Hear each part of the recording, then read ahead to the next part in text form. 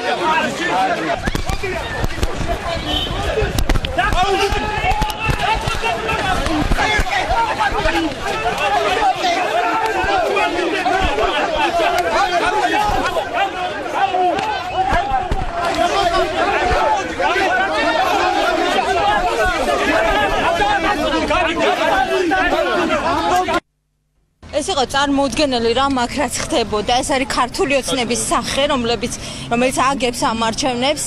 აქ იყვნენ რაგბისტები, დუბინკებით და იყო საშინელი ხოცვაჟლეტა. მიუხედავად იმისა, რომ მე პირადად დავრეკე ბევრჯერ პოლიციაში, ამ დროდე ხედავთ, რომ არც ერთი შემადგენლობა აქ მოსული არ არის და მოკრივეები ყავდათ ჩამოყვანილი და ასევე ყავდათ რაგბისტები. სამწუხაროდ ის რაც აქ ხდება, ეს არის მთლიანად ივანიშვილის კისერზე. ძალიან ბევრი ვერ ვიცანი, აქეთ-იქ ჭხუბი იყო და შეხლა შემოხლა იყო. ვიცი რომ აქეთ ასე გინებოდნენ, იქით ასე გინებოდნენ და ეს ვიცი დანარჩენია მართლა არ არის. არიან ისინი, ვინც მოიყარეს მოკრივეები 20 კაცი დილიდან რომ ადგანა. ვერ გეტყვი, არ ვიცი. მართლა არ ვიცი არავინ ასე არა. უშინაც აგები, უშინაც. 70 კაციანი მოკრივეთა ჯგუფი იყო ჩამოყვანილი და ამის შესახებ არაფერი. 70 მოკრივეც საქართველოში არ არის კაცი. ამ ინციდენტში მონაწილე რამდენიმე ათეული სპორტსმენი რუსთავი 2-ის კამერამ დღეს დილით ზუგდიდში დააფიქსირა. ისინი ბოტანიკურ ბაღში იყვნენ შეკრებილი. მოგვიანებით კი სოფელ კორცხელში საარჩევნო უბანთან ნახეს. გავრცელებული ინფორმაციით ისინი მოსახლეობასთან ქართული ოცნების წარმომადგენლებთან ერთად მმართველი პარტიის სასარგებლოდ აგიტაციას ეწეოდნენ. რაზე ჩამოვიყვანეთ? იქნებ ასე გასართობად ჩამოვედით. ყველა ერთად? კი. დასასვენებლად. თელი ჯგუფი?